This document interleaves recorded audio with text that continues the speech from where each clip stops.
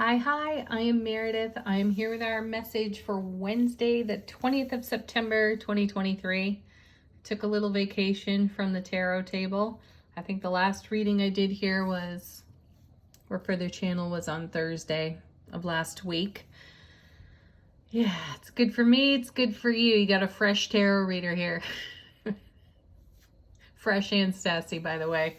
Okay, we are using Ethereal Visions Illuminated Tarot for our message today. It's got a little bit of shine on it, so I hope that the camera picks it up nice and clearly.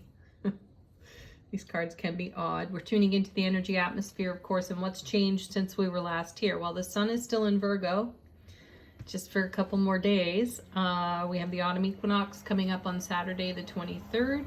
The sun is going to move into Libra at that time. Mercury went direct last Friday. I think we had a new moon last Thursday. So we're in a waxing moon phase, and our retrogrades, Saturn, Pluto, Neptune, Jupiter, Uranus, Chiron, all supporting us so that we do great spiritual journey work. Let's take a look at what's on offer today. It's the peak of the week, everyone. Oh, and look at this shuffle.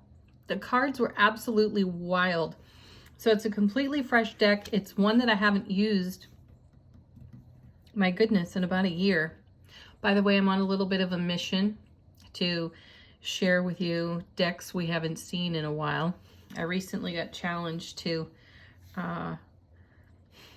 take an inventory of my tarot decks, as in how many do I have. Feel free to weigh in with your comments and take a guess.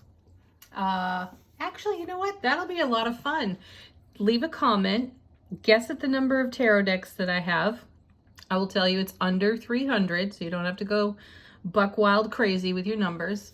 Yeah, and the one who gets closest, I'll record a reading for you. You send me a question, you send me something you want to tune into in your world, and I will do a video reading for you and send it to you. All right, there's your challenge, folks. Okay, first two cards. We're starting out. Whoo, get ready for this one. Here comes the Ten of Wands with the Tower. Ooh, look at that, right? I know. Those of you who are familiar with tarot and the traditional meanings of tarot, you're all starting to quake and bite your nails. Fear not, folks. So my take on the Ten of Wands, you know, traditionally this card is called the burden, reaching a point of the journey where we really do need to set down the load we carry. So let's consider what that load is. That's the Ace of Wands to the power of 10. What is the Ace of Wands all about? Creativity, passion, fire, motivation, ambition, drive, enthusiasm, excited anticipation, skill and talent coming together in a very passionate and creative way. So is that really a burden, or is that you garnering all your gains within your spiritual resources to leverage them on the Tower? And what do we talk about here most when we see the Tower? We talk about tearing down the boundaries that we have set for ourselves. We talk about moving deeper into the discomfort of our comfort zone, you know, out there on the edge where change is about to happen. Yeah, so look at this. We're heavy with resource. We are heavy with skill and talent and ambition and drive and motivation. And that Tower represents an obstacle that we need to move out of our way.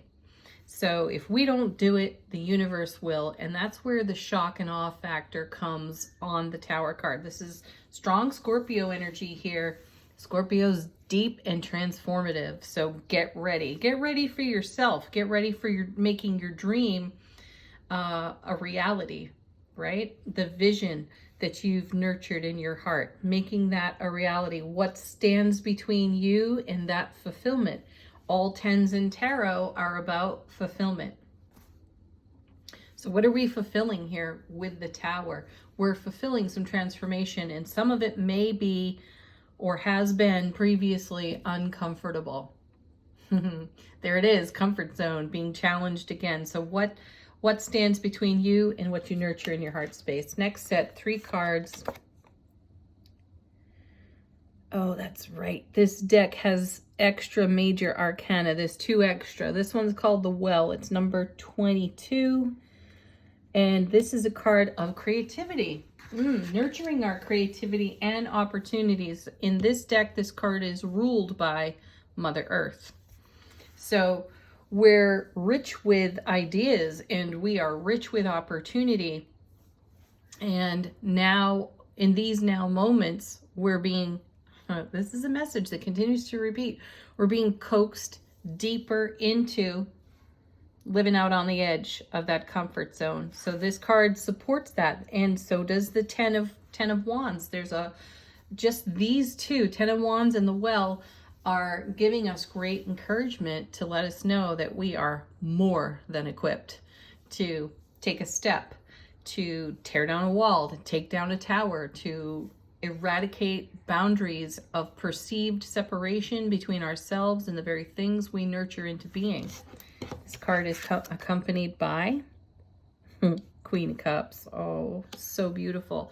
And yet another repetitive message for us to be very connected to our intuitive gifts, however they may present uniquely for each and every one of us. So here's the Queen of Cups. She's holding the Ace of Cups, so love, bliss, joy, and happiness right there in her hands. She's emotionally awake, aware, alert, and intimate with her self-relationship, and is quite well aware what is of the greatest value to her. And she scries into this cup. She listens to, follows through masterfully on her intuition. So she's very focused. She's a reminder of staying focused on what means the very most to us. Follow the intuition as it relates to what means the very most to you. And then we have, look at this, the Ten of Cups.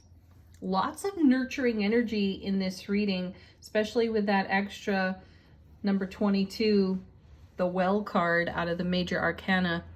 So consider a deep well of opportunity, a deep well to draw from when it comes to our manifestations. And we've been, the Ten of Cups has been no stranger to us lately. So we have 2 tens in the reading, and talk about abundance. Talk about wealth and success there. There's loads of it, and we have cultivated this. We are the curators of our love, bliss, joy, and happiness. So there's the Ace of Cups in the hands of the Queen of Cups. Love, bliss, joy, and happiness on overflow. And then again here, Ace of Cups to the power of 10 in the 10. Beautiful, right? So how scary is this tower now? When you take a look at the supporting cards. As you know, as you've gone along your spiritual journey, there are moments that are less than ideal, which is a really pleasant way of saying shit is gonna hit the fan. And we're going to have to take a look at the things we need to let go of, the stuff that we've been kind of programmed to complain about, right? And we have to break the habits of commiserating on suffering, right? The tower can represent that. This is why we build up walls from listening to our ego voice. And then this is why we get the epiphany and we're like, aha, where's the sledgehammer? Because I'm taking that crap down, right? We're doing it. And as I said, we're more than equipped to handle all of this. So the tower shrinks as we take a look at the supporting cards. So I say embrace that tower. Will there be some shock and awe as we approach the tower? Probably. That's a smoke screen, though, put up by the ego to keep us from treading too deeply into what we perceive to be safety out of the programming of our subconscious belief system. So we're challenging all of that. I love that we get this message repetitively because I feel like we are Olympians in this realm. We're spiritual athletes and we can handle that wall. No problem. Next set, 2 cards. First is, look at that.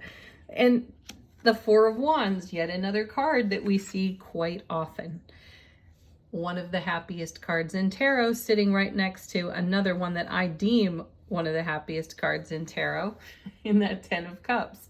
So there's the 4 of Wands, the 1111 portal for us showing up yet again, super stable foundation. You definitely want to see this kind of card when you see the Tower, because this is us standing on the foundation of our greatest joy and happiness, celebrating a life of love.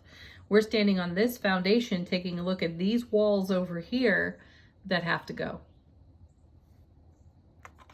Quite exquisite, actually. And then we have the 9 of Swords, and there is the contrast. I like that because contrast gives us perspective. The 9 of Swords is a card of anxiety, sleepless nights, monkey mind, lots of mind chatter, brain chatter, programming chatter even. So the contrast is that in the 9 of Swords, there is typically a much more pleasant scene around the person who has their eyes covered. They refuse to look up and see the light, or take their hands away from their face and see the light, because they're so deeply buried in, what was I talking about over here? The suffering and the misery that has come out of programmed belief system and perhaps a little too much engagement of the fear, right? So there's fear and anxiety on the 9 of Swords. Yet there's, as I said, typically a more pleasant scene if we just take our hands away from our face and look around. So if you find yourself painted into a corner in the confines of your own ego, vulture, thought, monkey mind, pull your hands away from your face, look up, look around, and most of all, look into your heart and trust what's there. Queen of Cups. Get emotionally intimate within your self-relationship and dare to bring what you nurture in your heart creatively and passionately into the now. I understand that it's not like snapping your fingers or flicking a light switch to move out of the 9 of Swords. However, this is where we validate ourselves and say, this moment may not feel ideal. And these circumstances may look like a fallen tower. And yet, there'll be something new in the periphery of our intuitive gifts. And you'll see that incoming. And there'll be something new and fresh and green and sprouting in some way, something vital and vibrant that comes up out of the rubble. And that's what we connect to. And then we shine our love on that and bring that to life rather than the anxiety. So this card reminds us, so does the Tower, that the spiritual journey has a whole lot of potholes, and we can see them as obstacles or things that make the journey super uncomfortable, or we can embrace the depth of those challenges and obstacles and get the highest and greatest possible potential out of them. I feel that's what we're doing here. Next set, 2 cards. We have the 2 of Cups. Yeah. This card, I've kind of altered its meaning a bit. Its core meaning is an ever deepening and strengthening bond, a connection of our divine feminine, divine masculine within self, our connection and agreements with others. And ultimately, I feel that this is a card about showing up in the way you desire to be met. And sitting right next to that 9 of Swords, do you want to be met in your anxiety and your fear? Or do you want to be met fully equipped in your 10 of Wands, fully connected within your intuitive awarenesses, Queen of Cups. Living a life of love, bliss, joy, happiness on overflow, 10 of Cups, 4 of Wands. Yeah, I know, that's a no-brainer, right? Though these potholes and tower moments that we encounter can feel quite dramatic. So keep your eye on the prize. And what is that? Your soulful presence shining through your heart space. Go there. And this is paired with, oh, excellent, Queen of Wands. Yeah. Our take no prisoners queen. She's the one who tells it like it is. So tell yourself the truth, not the story over here on the Nine of Swords. That's a story created out of ego awareness. This is the Nine of Swords will give you every reason why you shouldn't take a leap of faith. And the Queen of Wands is like, huh. No, I'm too much about the passion, the joy, the adventure, the love, and living life to the fullest. And if that means treading into the most uncomfortable parts of the comfort zone or the outer edge of the comfort zone, I'm going there. And she'll take a stand right then and there, and she'll bring the love and the light there as well. This is a queen who speaks her heart and her spiritual awareness, and yeah, just keep coming back to she tells the truth, the good, the bad, and the ugly. So any of the ugly is living over there in that tower with a wall around it. So tear it down, take a look at it, because it's really a mouse casting a shadow on a wall. It's not as big as we fear it is. Let's take a look at what's on the bottom of the deck. How is the universe supporting us? What's in the unseen, perhaps? And our first card is the High Priestess. See? Intuition all day long. Tune into your inner oracle. Follow your inner guidance. Ooh. Then we have the Devil. Love that, though. Nice major arcana coming off the bottom of the deck. This is solid support from the universe, multiverse, the divine all. So here we have the Devil, here we have the Nine of Swords, here we have the Queen of Cups, and here we have the High Priestess. There's no way we're not going to see how we are contributing to any stagnant energy or excuses from ego awareness. We're going to witness it all, and we have the opportunity through our intuitive awareness to see our habits, see our belief system and our programming, and how it may not exactly be working for us. And so then we take the leap of faith in our intuition. Next we have the Eight of Swords. Yeah, we can get trapped. We can get trapped in that devil energy of repetition and same old, same old. Gosh, that is a message that continues to come out of the cards. If we take the same old approach, we're going to get the same old result, and we know it. We've been there many times. Nine of Swords, Devil card, and we're being shown a way through our intuitive awareness to come out of the mental trap of the ego. And then we have the Four of Swords. Excellent card. So 2 10s, 2 4s going on here in the reading as well. This is a card of rest, relaxation for the spiritual warrior, which means take a breath, calm the anxiety, rest, relax, meditate, get in tune with the heart space, get in tune with the intuitive awarenesses, and be prepared for what comes next. And what is this one? Oh my goodness. The 5, the 4 consecutive cards now.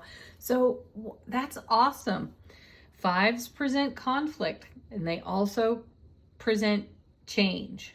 So we have an opportunity to make a change. The message is starting to repeat now. You can do the same old thing, or you can do something wildly different. We're leaning into doing something wildly different because we are the magicians. We're making magic, as above, so below. We're bringing heaven to earth. That's happening in our heart space, and that's where the biggest leap of faith will ever be taken, right there. Trust yourself. Okay. Angel Answers. What a beautiful reading. If you have a question, put it to this deck. If you're seeking confirmation of something, these cards may provide it. Get a message from your own guides, angels, and ancestors out of this deck as well.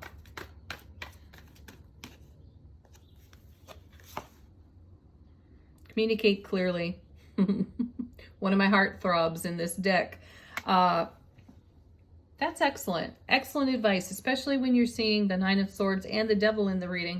Of course, they're kind of small potatoes here in the grand scheme of all these cards, and yet they're like that mouse that casts the huge scary shadow, right? So communicate clearly with the divine all. Communicate clearly with yourself, Queen of Wands. Be vulnerable with yourself. And when engaging with others, Two of Cups, and strengthening bonds and sharing ideas and showing up in the way you desire to be met, clarify what you're on about.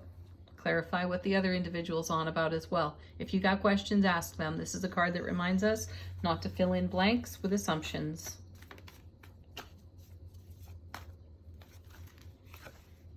I think I said that moments ago. Trust yourself and trust the divine to have your back.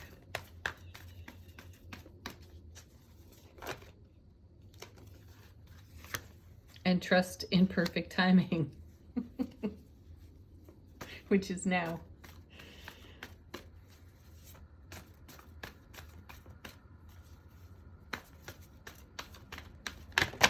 Ooh. Okay. And yes, I often feel such a nice connection between this card and the High Priestess. I feel that the High Priestess is there encouraging us with a sweet, soft yes. Yes, trust your intuition. All right, final word on the reading. From the deck I still don't know the name of. How is our soulful presence informing our waking consciousness? We have Lord. Take charge with authority. Yeah, especially if you rocked your foundation with some anxiety there, which is really a good thing. See that as a blessing, because if the Nine of Swords has recently visited you and you've had some repetitive thoughts that have created some anxiety or some angst in some way, that may have loosened up a few stones here in the foundation that the tower is sitting on, which is why it's unstable, which is why it's ready to be knocked over. So take charge with authority. Yes. Communicate clearly. Trust yourself. And draw on your deep well of creative inspiration and ideas. Take the leap of faith and bring those to life. Have a beautiful Wednesday, everybody. Thank you for joining me. And again, if you want to take a guess at the number of tarot cards I have, tarot decks I have, do that. Closest one gets a reading. Namaste.